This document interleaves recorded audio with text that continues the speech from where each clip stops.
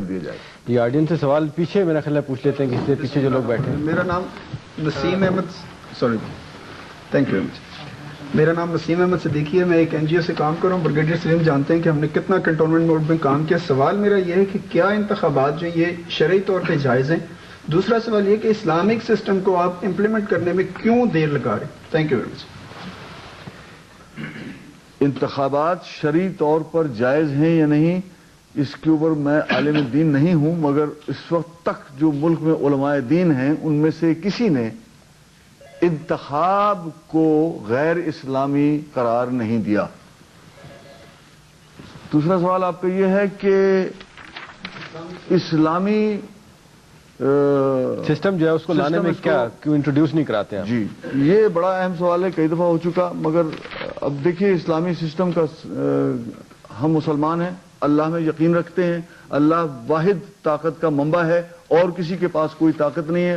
اس نے اپنے برگزیدہ رسول صلی اللہ علیہ وسلم کو بھیجا، اس کے ہم تمام ان کے پیرو ہیں، اور انہوں نے نظام بتلایا. اللہ کا نظام کیا ہے، اللہ کی خصوصیات ہم کو بتلایا کہ رحمان اور رحیم ہے، یہ بتلایا کہ عادل ہے، جی یہ بتلایا کہ حقوق العباد کیا چیز ہیں اور حقوق اللہ کیا چیز ہیں، اور یہ بھی بتلایا رسول اللہ صلی اللہ علیہ وسلم نے اللہ کے پیغمبر ہوتے ہوئے کہ حقوق العباد کا مسئلہ یہ ہے کہ اگر آپ کے ہاتھوں کسی انسان کے ساتھ ظلم ہو جاتا ہے تو وہی صرف معاف کر سکتا ہے.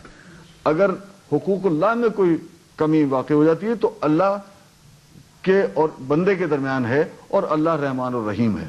مگر اگر بندے کے ساتھ بندے نے کوئی ظلم کر دیا تو پھر وہ بندہ ہی اس کو معاف کرے گا.